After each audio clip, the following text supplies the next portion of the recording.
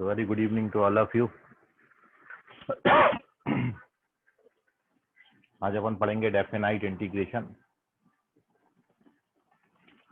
और definite integration में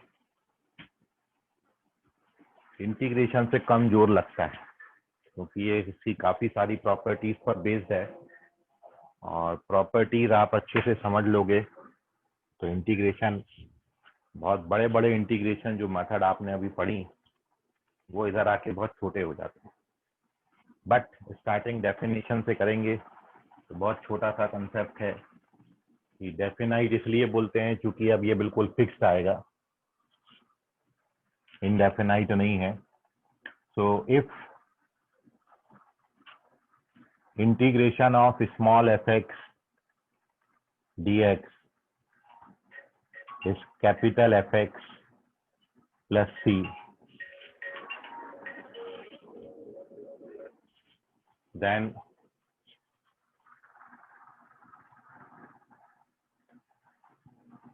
a to b f of x dx।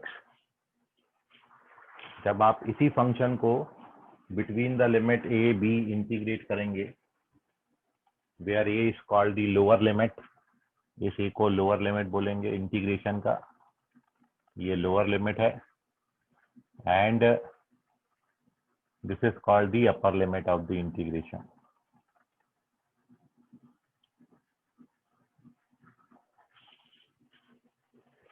तो when we have to integrate this function, तो small f का integration capital F डाल दीजिए,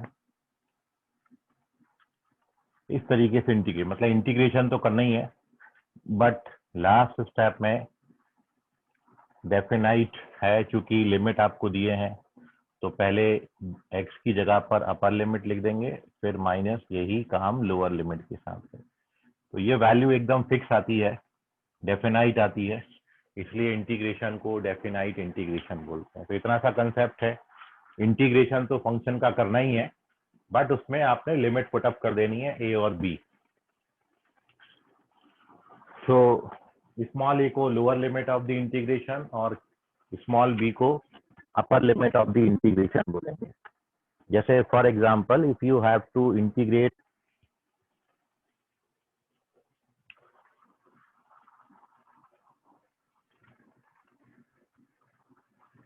वन से 3 तक एक्स स्क्वायर को इंटीग्रेट करना है तो एक्स स्क्वायर का जो इंटीग्रेशन होता है वही डालिए।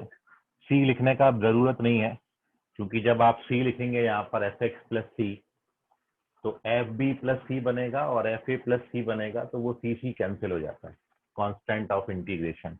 इसलिए अब हम यहाँ पर सी लिखते ही नहीं है जब ये डेफिनाइट इंटीग्रेशन होगा। और एक्स क्यूब बाई 3 लिमिट 1 से लेके 3 तक 1/3 सामने आ जाएगा और आंसर 27 माइनस 1 का क्यूब, तो द फाइनल आंसर इज 26/3। ये इस क्वेश्चन का आंसर होगा। 1 से 2 तक एक्स स्क्वायर का इंटीग्रेशन। अब ऐसे ही मान लीजिए suppose if you have to integrate 0 से लेके π/2 तक साइन एक्स का इंटीग्रेशन आपने करना है। तो ये दो चीजें आपको बता रहा हूँ। 0 से π/2 तक साइन और कॉस दोनों के इंटीग्रेशन का वैल्यू 1 आता है, ये हमेशा याद रखिए। साइन का इंटीग्रेशन जो है वो माइनस कॉस होगा और लिमिट 0 से लेके π/2 तक। तो माइनस साइन आप चाहो तो बाहर निकाल सकते हो और फिर अपर लिमिट डालेंगे तो cos 90 0 हो जाएगा, cos 0 1 आएगा, तो फाइनल आंसर 1। और 0 से π/2 तक यदि आप cos x को इंटीग्रेट करके देख लें तो 0 से π/2 तक cos x के इंटीग्रेशन का वैल्यू भी जो है वो 1 ही आता है। तो ये दो बातें डायरेक्टली याद रखिए, sin 90 1, sin 0 0 and final answer is 1। तो ये दो रिजल्ट आपको बहुत हेल्प करेंगे आगे से। कभी भी ये याद रखिए 0 से π/2 तक sin x का और cos x का इंटीग्रेशन का वैल्यू बिल्कुल सेम आता है।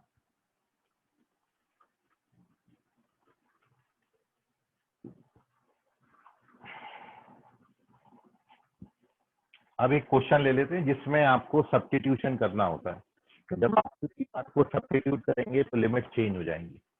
जैसे if you have to integrate 0 से π/2 तक,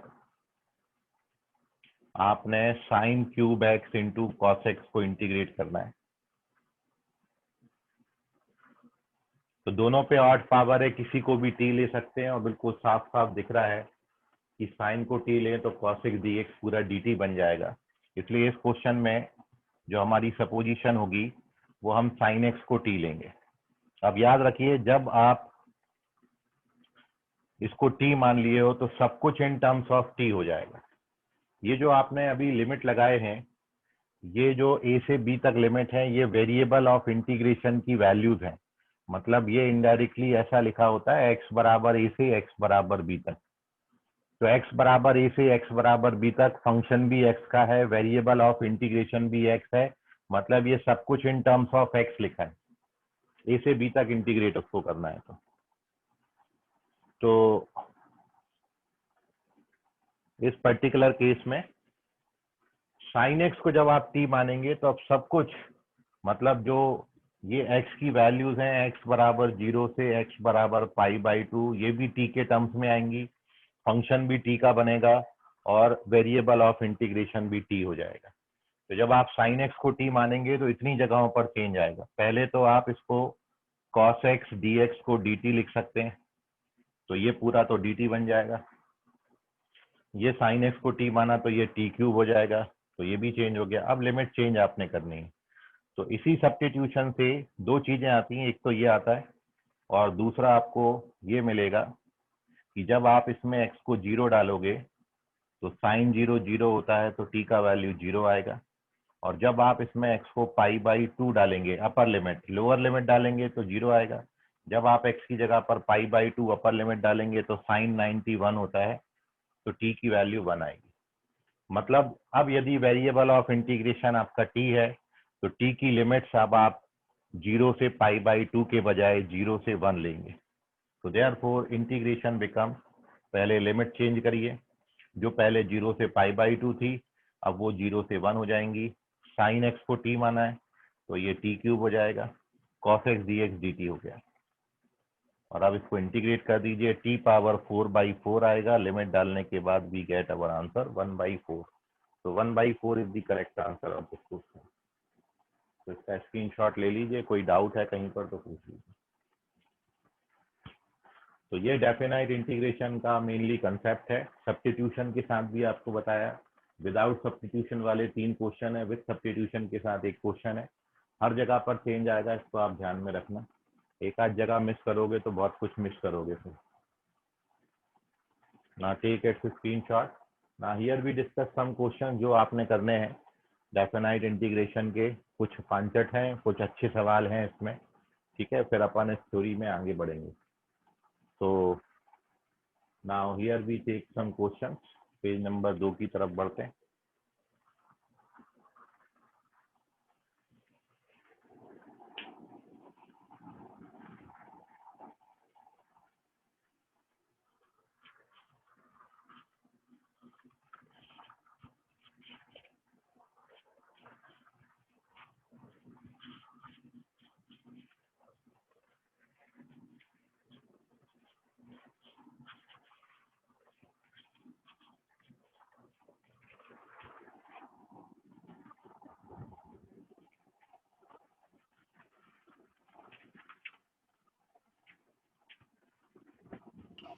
सर क्वेश्चन लिखिए पहला। सर हाँ बोलो। सर जैसे बहुत से फंक्शन में लिखा है टी डिनोमिनेटर में आता है, तो फिर उसका जब उसकी लिमिट जो 0 होंगी तब तो इन्फिनिट बन जाएगा ना। हाँ, तो वैसा रहेगा क्या असली में? वैसा नहीं आएगा। टी कट जाता है ऊपर नीचे, कहीं ना कहीं टी ऊपर होगा तो कट जाएगा। तो क्वेश्चन है, ठीक है। हाँ, if F x satisfy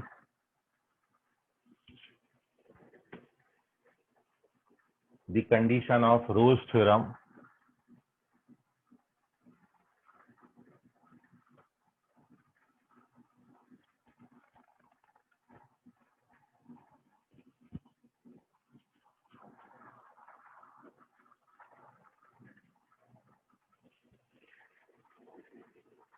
in close interval 1 to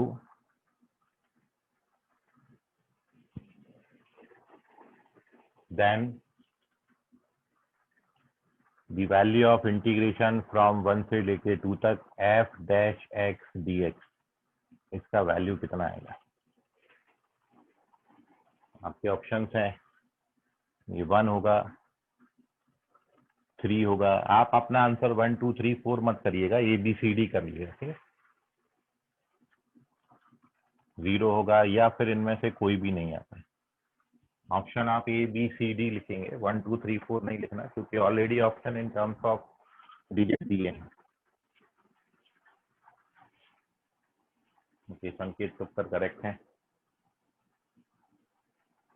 कुलवी Gupta correct है।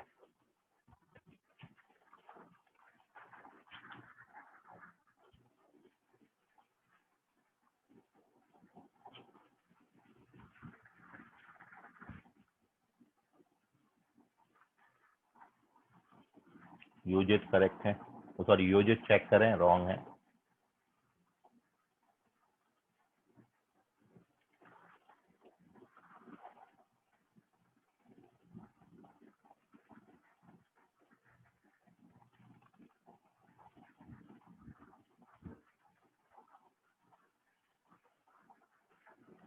तो सुशांत ठाकरे करेक्ट है।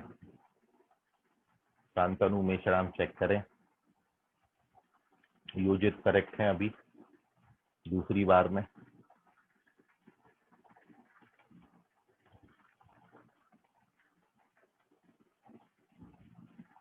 One more answer required. Ayush Jambulkar check करें।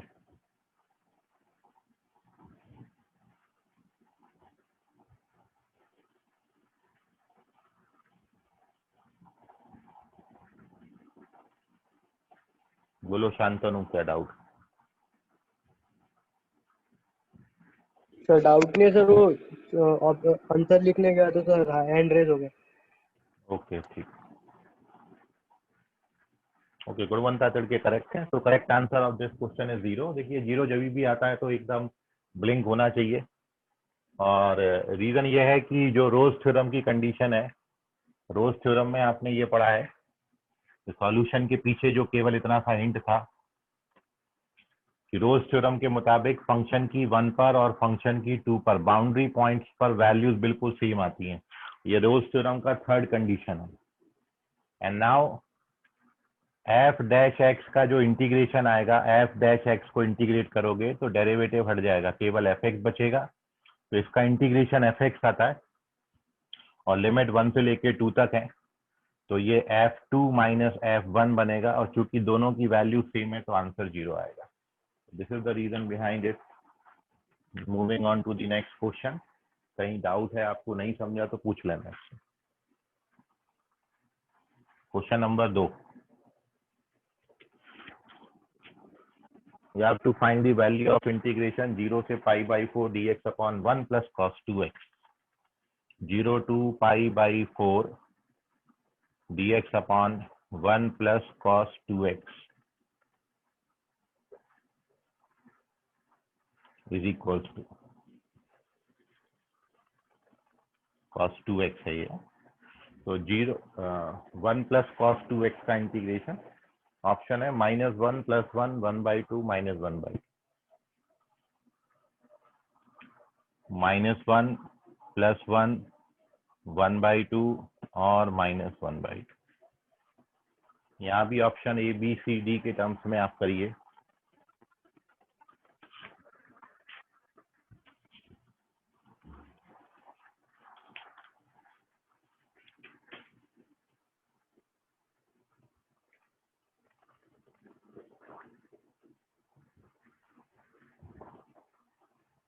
संकेत तुपकर चेक करें, रॉन्ग है।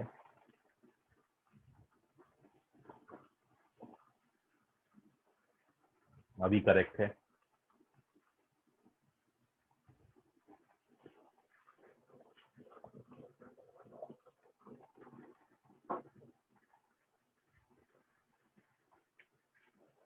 शांतनु मेश्राम करेक्ट है। कुलवी गुप्ता करेक्ट है। 3 हो गए, 2 more required.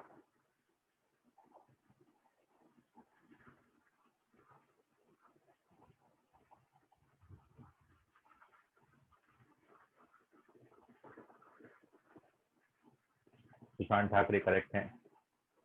One more required. Okay, Kalpesh Chaudhary correct है. Moving on to the next sum. Correct answer is 1/2. देख लीजिए आंसर. 1/2 इज दी सही जवाब. और 1 + cos2x को आप लिख सकते हो 2 cos²x. तो 2 तो बाहर आ गया. cos² जब ऊपर जाएगा तो sec²x dx हो जाएगा. लिमिट 0 से π/4 और इंटीग्रेशन sec² का tan x होता है. लिमिट 0 से π/4 डालेंगे तो tan 45 1 होता है और tan 0 0 होता है. तो आंसर इज 1/2. तो थर्ड ऑप्शन करेक्ट है 1/2. देख लीजिए, कहीं डाउट है तो पूछ लीजिए. Next question. इंटीग्रेशन फ्रॉम 0 से pi sin 2x into sin 3x dx.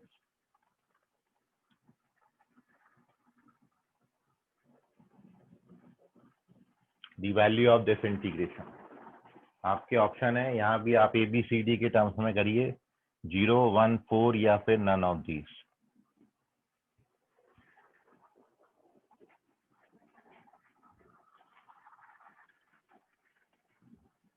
The integration over 0 से pi sin 2x into sin 3x.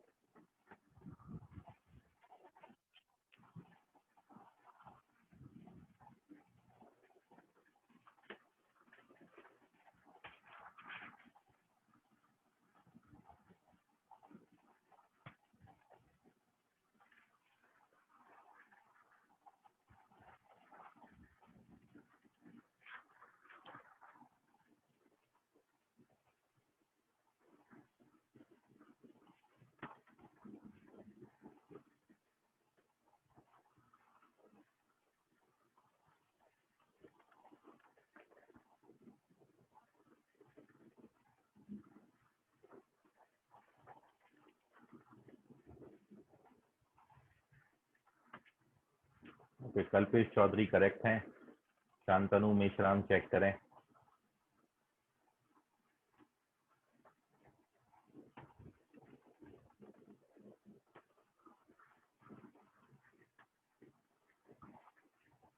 Trigonometry weak है आपका भाई. ट्रिग्नोमेट्री के फॉर्मूले लर्न करो. इतना देर में तो क्वेश्चन हो जाना चाहिए. सिल्वी गुप्ता करेक्ट है.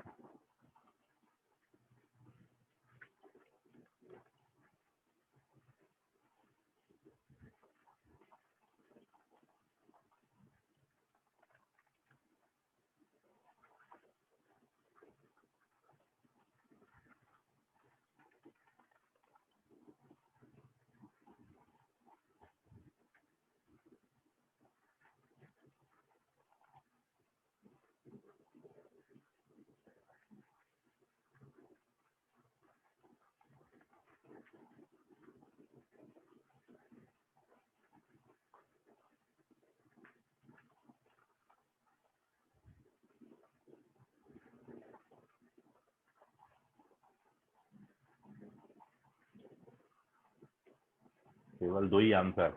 एक रामदास पेट, एक इंदौरा.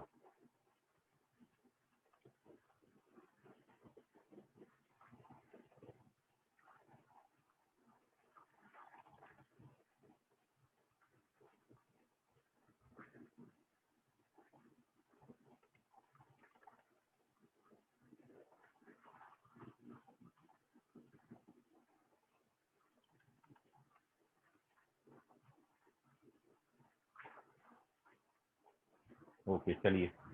तो here we discuss the solution of this question. Sanket Tupkar correct है. 3 ही आंसर आया इस क्वेश्चन का इतने बच्चों में. तो नहीं, संकेत तुपकर का आंसर. ओके, संकेत तुपकर करेक्ट है. तो फर्स्ट ऑप्शन करेक्ट है, 0 आता है. और सॉल्यूशन आप जानते ही हो, उसको सॉल्व करने के लिए इंडेफिनाइट में आपने ये सीखा था. 2 से मल्टीप्लाई डिवाइड करेंगे फिर 2 साइन ए साइन बी का फॉर्मूला होता है cos A minus B minus cos A plus B, और इंटीग्रेशन का लिमिट 0 से पाई तक है। और अब जब आप इसको इंटीग्रेट करेंगे तो ये दोनों साइन में कन्वर्ट हो जाते हैं। cos x का इंटीग्रेशन sin x आएगा और cos 5x का इंटीग्रेशन sin 5x अपॉन 5 आता है। And when you put the limit 0 और पाई, तो साइन 0 पे भी 0 होता है और पाई पे भी 0 होता है, इसलिए जब आप ये लिमिट डालेंगे तो ये पूरा ही 0 हो जाएगा। तो थर्ड क्वेश्चन का आंसर जो है वो 0 आता है। लास्ट आंसर सुशांत ठाकरे 0 आया था हमको। नेक्स्ट क्वेश्चन,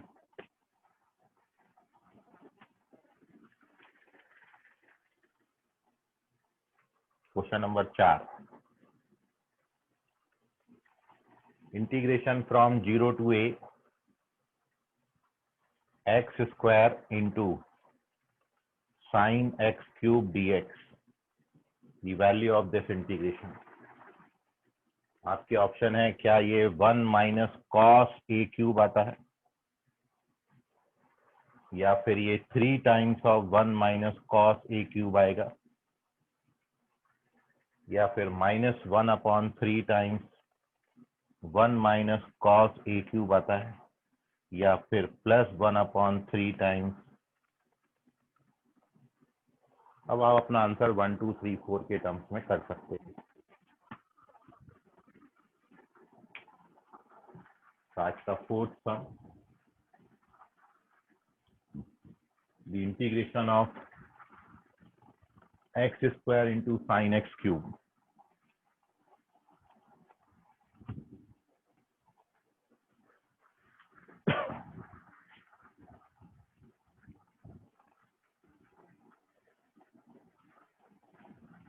संकेत उत्तर यहाँ आगे निकल गए, करेक्ट है।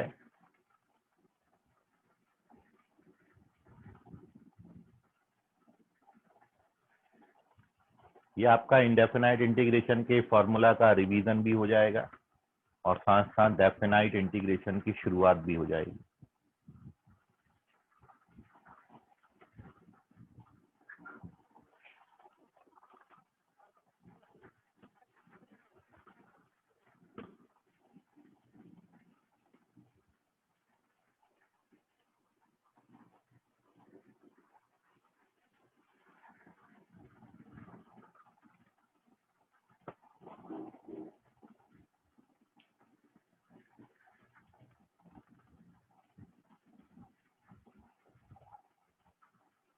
ओके, चलिए, तो मेरे को ही बताना पड़ेगा ये।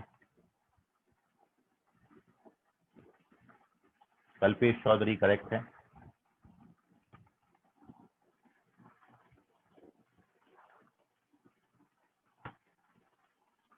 शिल्वी गुप्ता करेक्ट है।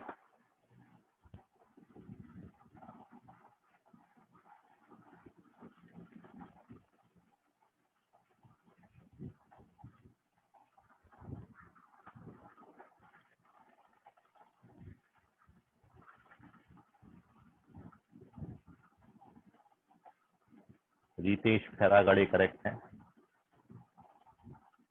1 more required.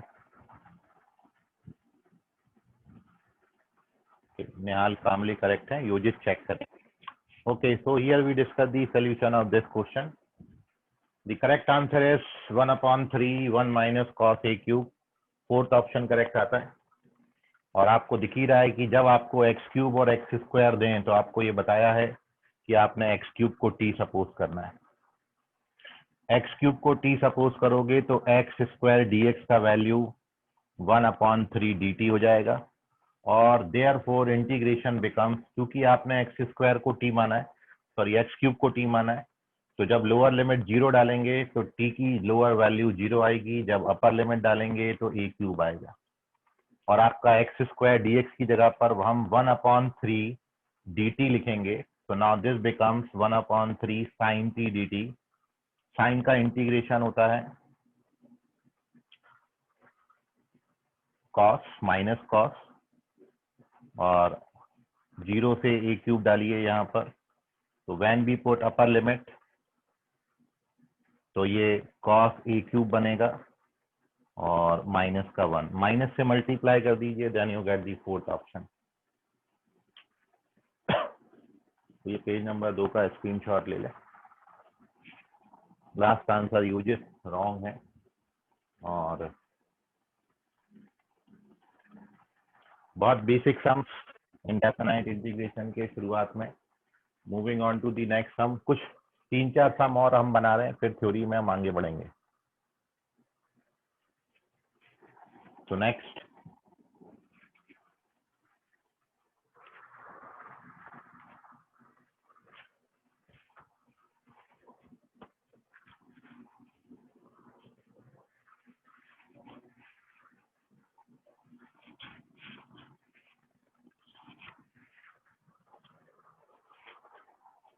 Question number 5,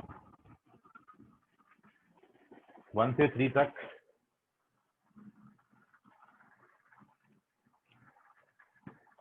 cos log x upon x dx, the value of this integration।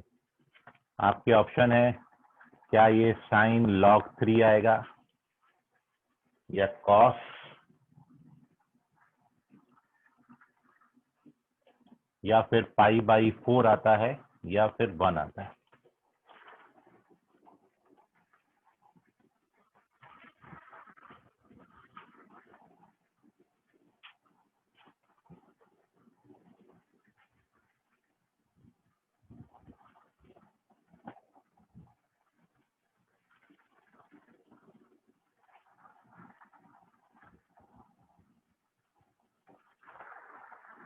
Kalpesh Chaudhary correct है,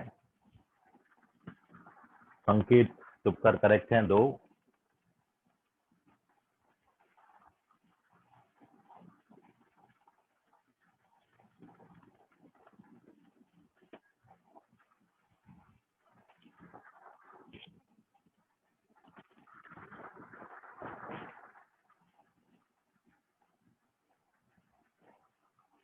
ओनली 2।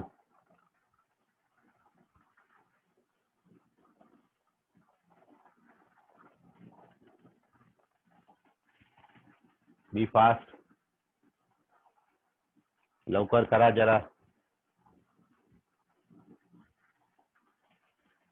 15 लाख बच्चों के बीच में एग्जाम देना आपने।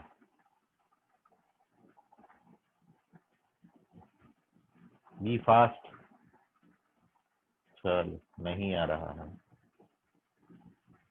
यही तो सीधा फॉर्मूला डालो और आ जाता है, ऐसा क्वेश्चन दे रहा हूँ। अभी तो कहीं कुछ सोचने का है ही नहीं।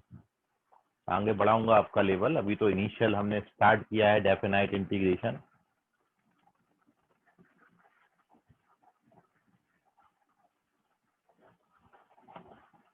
चलिए, इतना बोलने के बाद भी नहीं आ रहा है तो अब नहीं ना आएगा। तो only 2 options, only 2 answers are there. Yujit Nihal Kamle correct हैं, शांतनु मेश्राम करेक्ट हैं। चलिए, हो गए सब। Last answer Shantanu Meshram, correct answer is first option sin log 3। सीधा आपको दिख रहा है log x है और x है, तो आप log x को t सपोज करेंगे तो dx अपॉन x dt हो जाएगा। एंड देयरफॉर इंटीग्रेशन बिकम्स, भाई जब लोअर वैल्यू डालोगे तो log 1 0 होता है, जब 3 डालोगे तो log 3 बनेगा। log x को t माना है तो ये cos t और dx अपॉन x आपका ये जो क्वांटिटी है ये dt बन जाता है। cos t का इंटीग्रेशन sin t होता है और लोअर अपर लिमिट डालेंगे तो 0 से log 3, जब log 3 डालेंगे तो sin log 3 आएगा और 0 डालेंगे तो sin 0 0 हो जाएगा। तो करेक्ट आंसर है sin log 3, first option correct है। Moving on to the next some.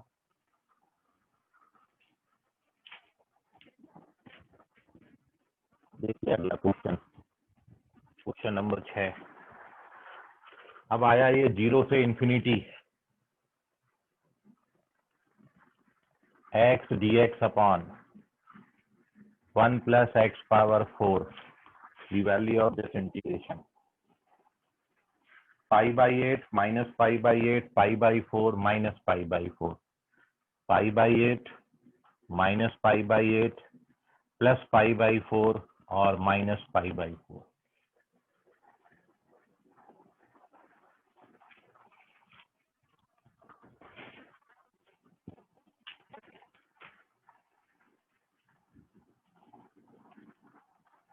Last answer Ritesh Kharagade ने किया था, करेक्ट थे। क्वेश्चन नंबर 6 का आंसर करें।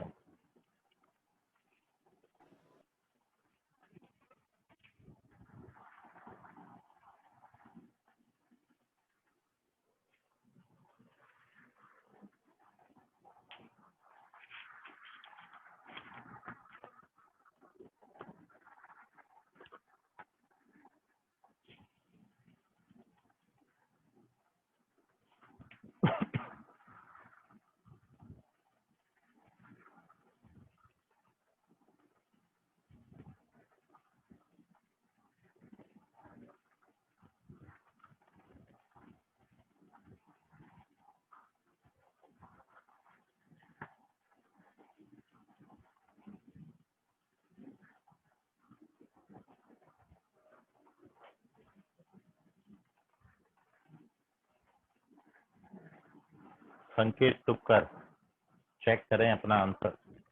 ओके, सॉरी, करेक्ट है। संकेत तुक्कर करेक्ट है।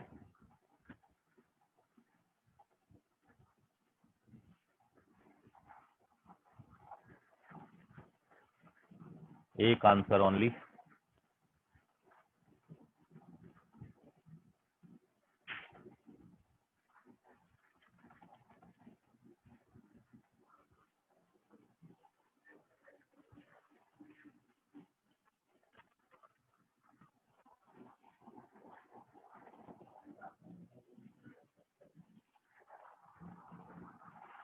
कांतनु मेश्राम करेक्ट है।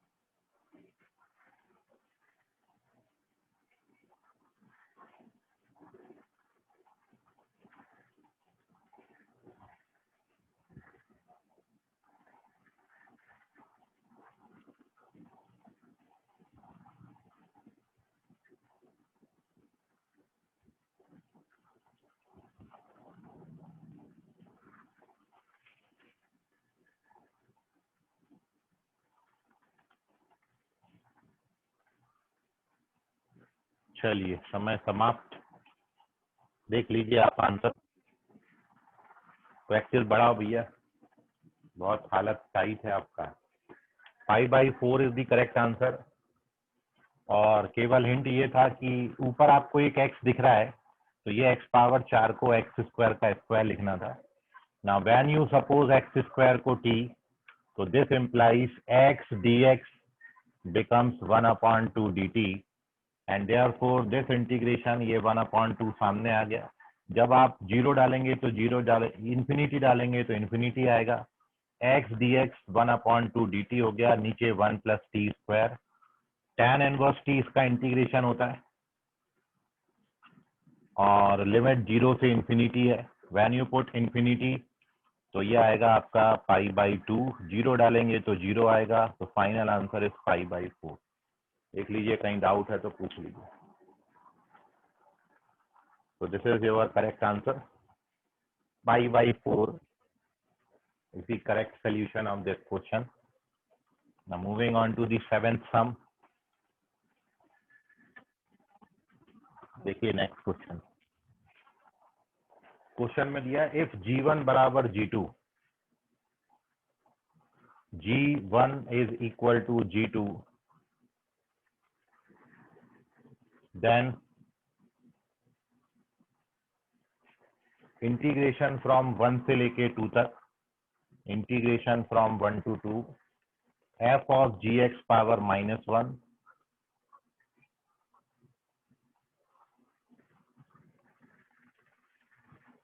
F dash G X into G dash X D X, इसका वैल्यू कितना है? आपके ऑप्शन है 1 2 0, none of the.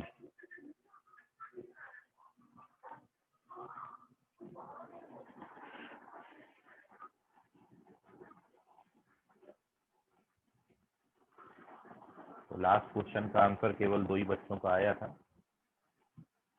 And now this is our next sum, question number 7। G1 और G2 दोनों पर वैल्यूज बराबर दे रखी हैं, तो you have to find the value of this integration. आपके ऑप्शन है 1 या फिर 2 या फिर 0 या फिर इनमें से कोई भी नहीं आता।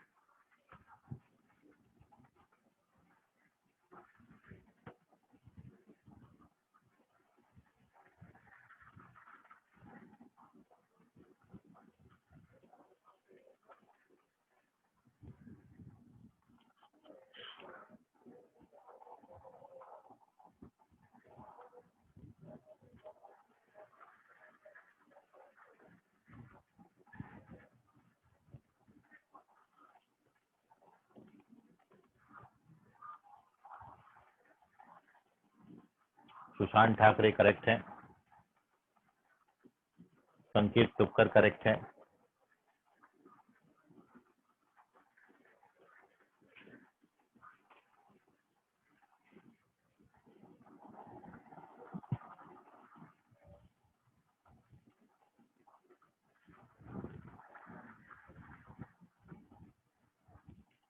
समीर कामले करेक्ट है,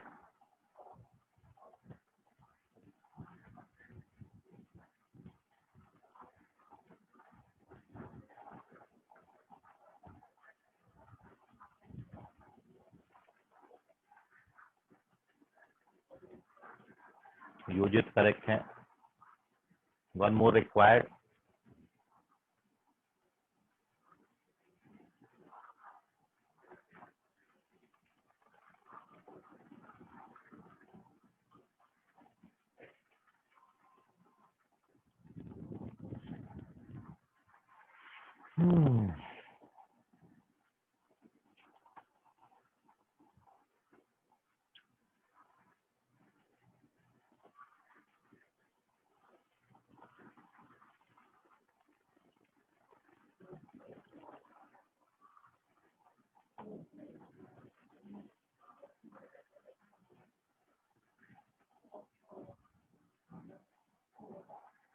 चलो नहीं आ रहा है अभी,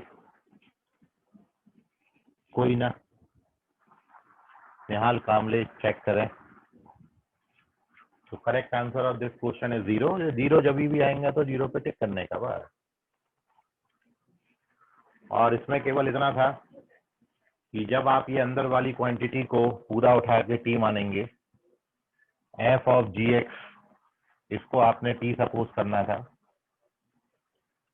क्योंकि इसका डेरिवेटिव करोगे तो पहले एफ का डेरिवेटिव होगा कंपोजिशन, है ना, चेन रूल लगेगा, फिर जी का डेरिवेटिव होगा dx बराबर dt आएगा, एंड देयरफॉर इंटीग्रेशन आप देखो, when you put the lower limit, जब आप x की जगह पर 1 डालेंगे तो t की वैल्यू g1 आएगी, f of g1।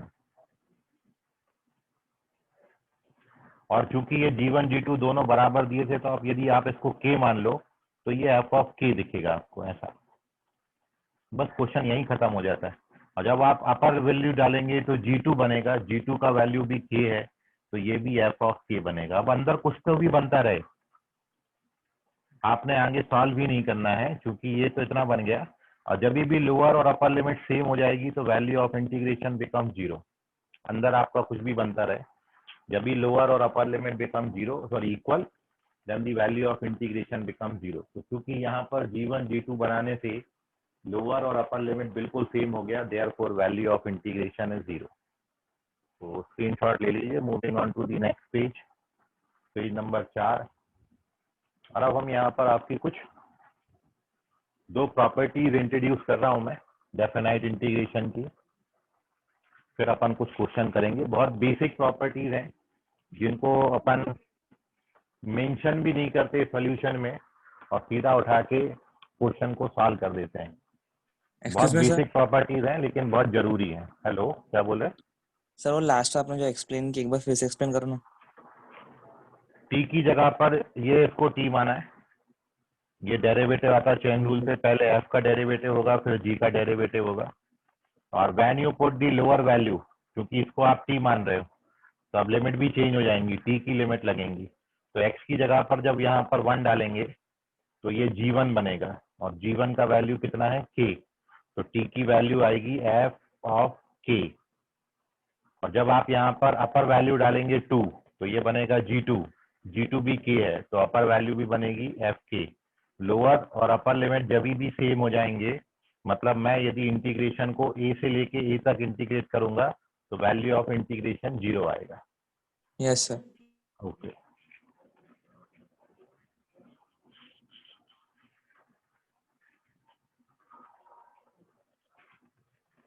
So next आपकी हेडिंग है प्रॉपर्टीज ऑफ डेफिनाइट इंटीग्रेशन।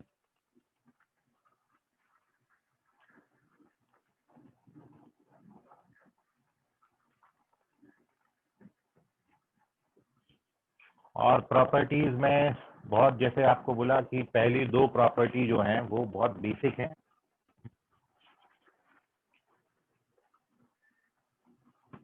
सबसे पहली प्रॉपर्टी, प्रॉपर्टी नंबर 1 P1, कि ए से लेके बी तक F of x D x, आप यदि वेरिएबल ऑफ इंटीग्रेशन चेंज करते हैं तो इंटीग्रेशन की वैल्यू पे कोई फर्क नहीं आता। The value of integration is unchanged when the variable of integration is replaced with another variable, है ना। जो आप सब्स्टिट्यूशन करते थे, मतलब कहने का ये है कि यहाँ पर इंटीग्रेशन का वेरिएबल x है तो ये x की लिमिट होंगी। यहाँ पर इंटीग्रेशन का वैल्यू t है, इंटीग्रेशन का वेरिएबल t है तो ये t की लिमिट्स होंगी। तो आप चाहे तो इसको इंटीग्रेट करो या फिर इसको इंटीग्रेट करो, वैल्यू ऑफ इंटीग्रेशन में कोई फर्क नहीं आता। मतलब वेरिएबल ऑफ इंटीग्रेशन को किसी दूसरे वेरिएबल से चेंज कर दें तो वैल्यू ऑफ इंटीग्रेशन बिल्कुल सेम रहता है। मतलब इस प्रॉपर्टी का मीनिंग जो है, फॉर एग्जांपल मैं यदि आपसे 0 से लेके π/2 तक sin x का इंटीग्रेशन पूछूं तो 1 आएगा, ये अपन ने आज वेरीफाई किया। अब यदि आप 0 से π/2 तक sin t का इंटीग्रेशन कर लो तो भी 1 आएगा। आप 0 से लेके π/2 तक sin थीटा डी थीटा कर लो तो भी 1 ही आएगा। आप 0 से लेके π/2 तक sin y dy कर लो तो भी वैल्यू ऑफ इंटीग्रेशन 1 आएगा। मतलब मैंने वेरिएबल ऑफ इंटीग्रेशन x लिखा, t लिखा, थीटा लिखा, y लिखा, कहीं भी कोई फर्क नहीं आया, वैल्यू ऑफ इंटीग्रेशन बिल्कुल सेम है। तो हमारी जैसी रिक्वायरमेंट होगी क्वेश्चन की, उसके अकॉर्डिंग अपन ये प्रॉपर्टी 1 यूटिलाइज कर सकते हैं। वेरिएबल ऑफ इंटीग्रेशन को आप चेंज कर सकते हो किसी भी सूरत में। और वेरिफिकेशन भी, यदि आप इससे इसको जाना चाहो तो आप x की जगह पर t सपोज करेंगे और x को t लोगे तो dx बराबर dt हो जाएगा। तो देयरफॉर ऑल्सो जब आप x की जगह पर a डालेंगे लोअर लिमिट तो t का वैल्यू भी a हो जाएगा, एंड जब आप x को b डालोगे तो t का वैल्यू भी b हो जाएगा। एंड देयरफॉर जो इंटीग्रेशन आपने लिया है a से लेके b तक f ऑफ x dx, कहाँ कहाँ चेंज आएगा। लोअर लिमिट पहले भी a b थी, अभी भी a b है, बस यहाँ पे फर्क ये था कि ये x की लिमिट थी, यहाँ पर ये t की हो जाएंगी। आपने x को t माना है तो ये f ऑफ t हो जाएगा फंक्शन, और dx की जगह पर क्या हो जाएगा, dt। तो ये वेरीफाई भी हो गया, हमने इसको लेके चले, इसको वेरीफाई कर दिया। और ओवरऑल इसका जो मीनिंग है वो केवल इतना है कि वैल्यू ऑफ इंटीग्रेशन पे कोई फर्क नहीं आता, कोई फर्क नहीं गिरता यदि आप वेरिएबल ऑफ इंटीग्रेशन को किसी दूसरे वेरिएबल से रिप्लेस कर दें। फर्स्ट प्रॉपर्टी है, बहुत बेसिक है। तो कभी भी आगे से इंटीग्रेशन में मैं वेरिएबल ऑफ इंटीग्रेशन चेंज कर दूं तो बिल्कुल आप आश्चर्यचकित मत होइए, क्योंकि ये कहीं भी आप कर सकते हो। This is our property number first. And second property again basic property है बहुत, और वो ये है कि यदि आप लोअर को अपर और अपर को लोअर लिमिट बना देते हो, ए की जगह बी और बी की जगह पर ए लिख देते हो, तो वैल्यू ऑफ इंटीग्रेशन में केवल इतना फर्क आता है। न्यूमेरिकली सेम आएगा, साइन अपोजिट हो जाएगा, क्योंकि इस कंडीशन में ये F B minus F A बनेगा और इस कंडीशन में ये F A minus F B बनेगा। सामने माइनस है तो फिर से जाके ये F B minus F A हो जाएगा। तो इसको हम बोलते हैं लिमिट चेंज प्रॉपर्टी, कि जब भी आप लोअर को अपर, अपर को लोअर लिमिट बनाओगे, तो मैं आगे जब क्वेश्चन करूंगा सॉल्व आपके लिए, तो इन दोनों को इंटरचेंज करके मैं सामने माइनस दे दूंगा। तो इसमें भी आप आश्चर्यचकित मत होइए कि लोअर को ये देख लें, यदि कहीं से भी सामने माइनस आ गया तो फिर ये पक्की बात है कि लोअर अपर, अपर लोअर में कन्वर्ट हो गया। ठीक है, तो this is the second property. Easily आप वेरीफाई भी कर सकते हो। इसको आप इंटीग्रेट कर लो, ये F A minus F B बनेगा और फिर माइनस से मल्टीप्लाई करोगे तो फिर से F B minus F A आ जाएगा।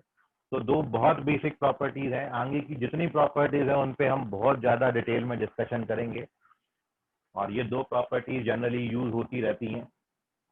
और इसमें आपको कोई डाउट है, कोई क्वेश्चन है आपका, तो पूछ सकते हैं, अदरवाइज स्क्रीनशॉट ले लें। ये पहली दो प्रॉपर्टीज हैं,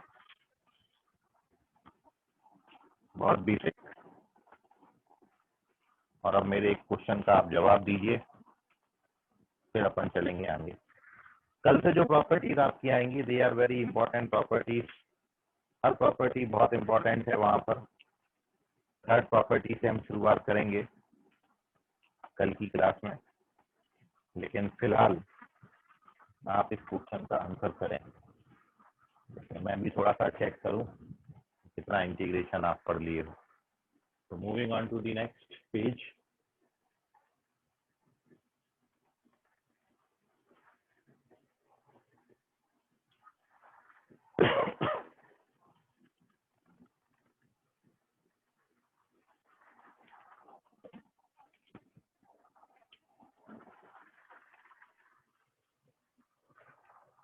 दो क्वेश्चन दे रहा हूं, दोनों के आंसर करिएगा।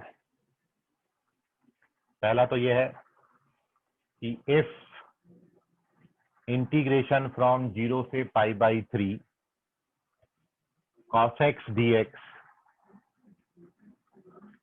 Upon 3 + 4 sin x is equals to k times of log 3 + 2√3 divided by 3, then k का वैल्यू कितना होगा? आपके ऑप्शन है 1/4, 1/2, 0 या फिर 1।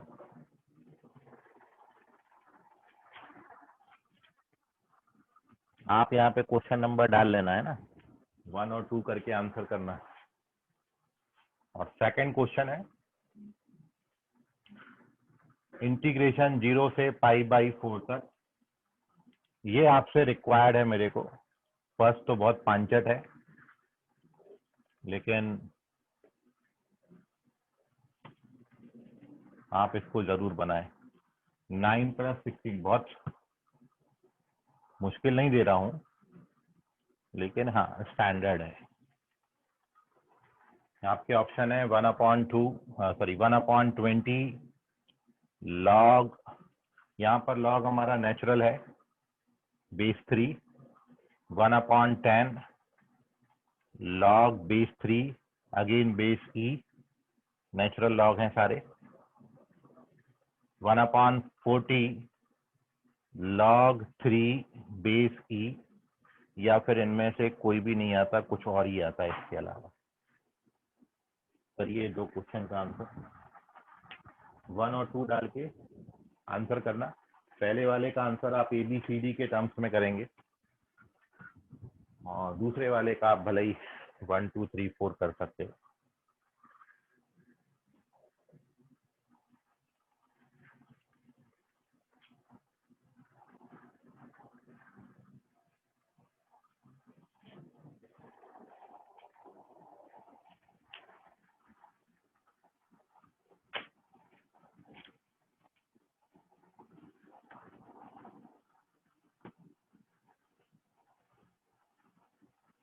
ओके, संकेत तुपकर चेक करें। सॉरी, संकेत तुपकर करेक्ट है, सुशांत ठाकरे करेक्ट है, कल्पेश चौधरी फर्स्ट का आंसर चेक करें, रॉन्ग है। शांतनु मेश्राम चेक करें।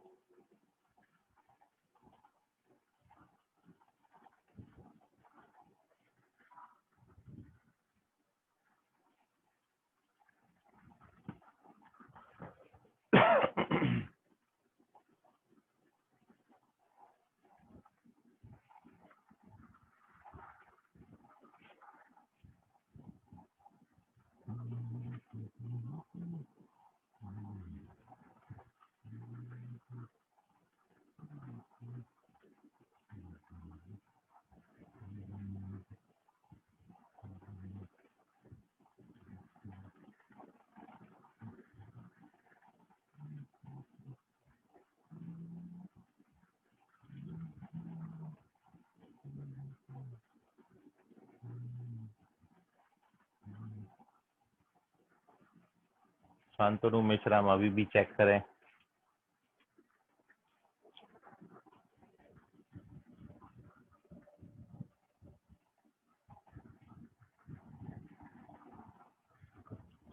योजित करेक्ट है।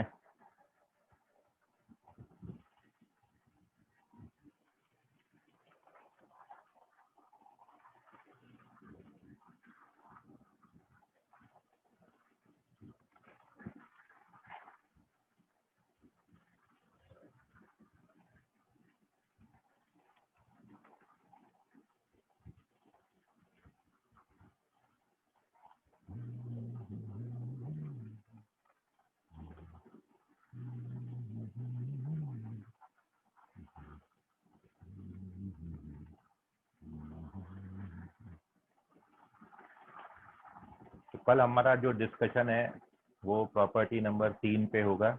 यदि कंप्लीट हो गई तो साथ में हम प्रॉपर्टी नंबर 4 भी पढ़ेंगे।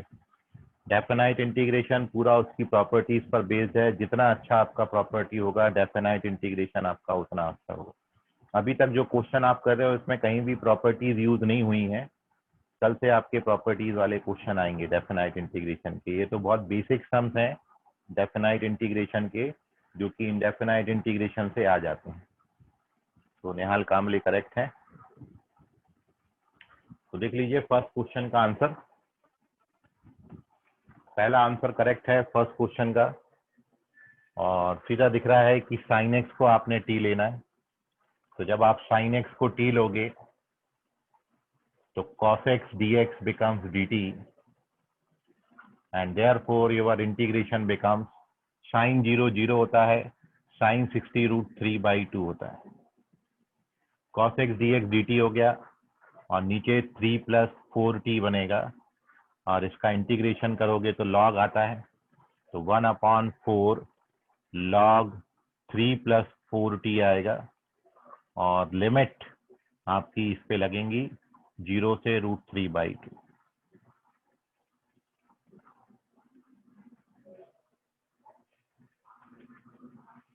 ठीक है, इसको सिंप्लीफाई कर दीजिए। तो √3/2 डालेंगे तो 2√3 आ जाएगा, और 0 डालोगे तो log 3 आ जाएगा। तो ये 1/4 log √3/2 डाला तो इट इज 3 + 2√3, और 0 डालेंगे तो it gives you log 3। log m minus log n का फॉर्मूला लगा दो, सीधा वो ऑप्शन बनता है। बाहर अपन को कंपेयर करना था तो k का वैल्यू 1/4 आ गया, अंदर वाला तो बन ही गया सीधा। So this is the solution of first question. तो अब 20 फर्स्ट क्वेश्चन का आंसर मत करिएगा। सेकंड क्वेश्चन यदि किसी का आया हो तो बताएं।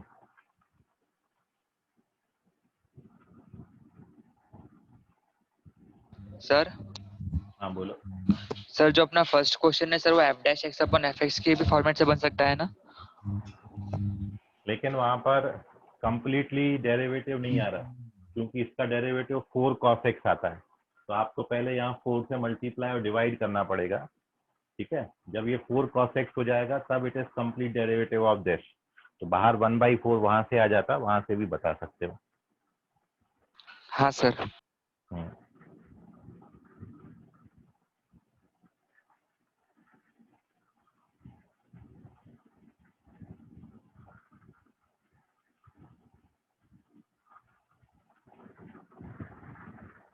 चलिए, नहीं चल रहा आपका दिमाग सेकंड क्वेश्चन में बिल्कुल भी। तो ये बोला, मतलब उतना स्टैंडर्ड नहीं है भाई, जेई का स्टैंडर्ड का नहीं है ये, लेकिन हाँ वहां तक पहुंचने के लिए जरूरी है। कई बार तो एनडीए जैसे एग्जाम में भी ये क्वेश्चन पूछ लेते हैं।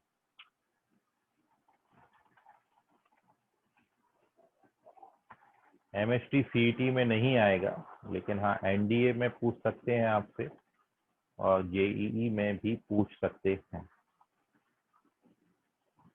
और मेनली इसमें कहीं कोई प्रॉपर्टीज नहीं लग रही हैं, ये इंडेफिनाइट में भी अपन क्वेश्चन बना सकते हैं। ये इंडेफिनाइट से ही पहले इंटीग्रेट होगा, बाद में इसमें लिमिट डाल के ये डेफिनाइट का क्वेश्चन बन जाएगा। तो डेफिनाइट वाले चैप्टर में हर क्वेश्चन में आपने ये नहीं करना है कि हम इंटीग्रेट करेंगे और देन फिर उसको लिमिट डाल के आंसर कर देंगे। डेफिनाइट इंटीग्रेशन पूरा उसकी प्रॉपर्टी से सॉल्व होता है। तो कल से आप इसमें बहुत ज़्यादा चेंजेस देखोगे जब डेफिनाइट इंटीग्रेशन आप पढ़ोगे। आज तो हमने सारे क्वेश्चन वो लिए हैं कि इनडेफिनाइट इंटीग्रेशन करके पहले अपन ने इंटीग्रेट कर लिया, बाद में लोअर और अपर लिमिट डाल के फाइनल आंसर बना लिया। कल से बिल्कुल डिफरेंट चीज आपको देखने को मिलेगी। थर्ड प्रॉपर्टी में और थोड़ा बहुत आप यही देखोगे, फोर्थ से तो चेंज हो जाएगा, फोर्थ से बिल्कुल सिनारियो बिल्कुल चेंज हो जाता है फोर्थ प्रॉपर्टी से।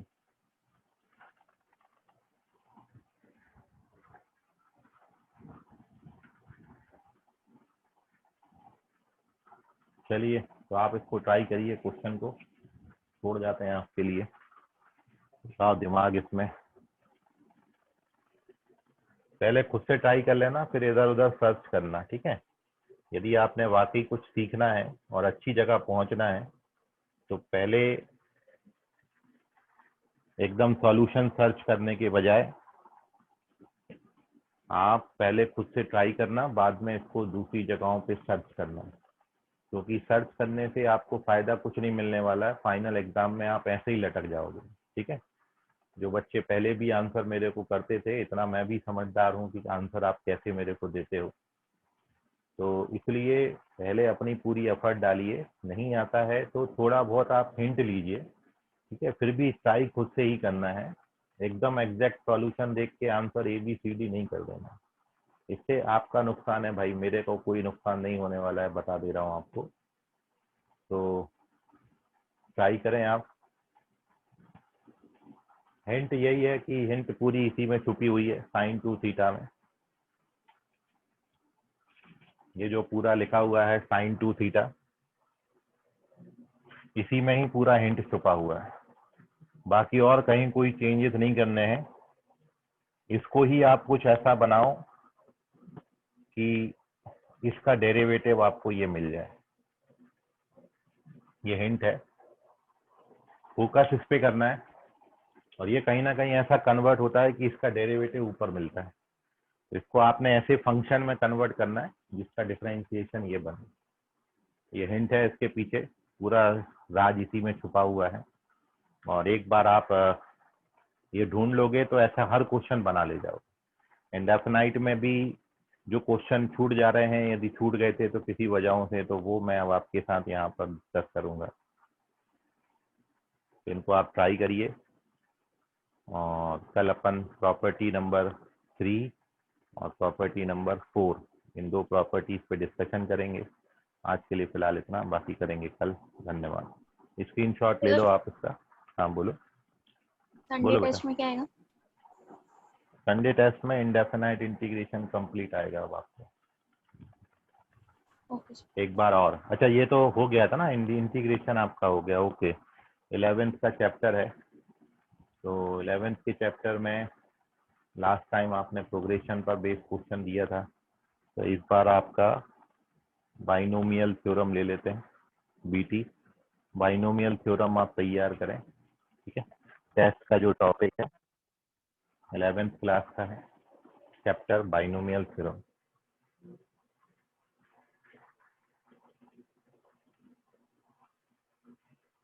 कर लीजिए इसको तैयार।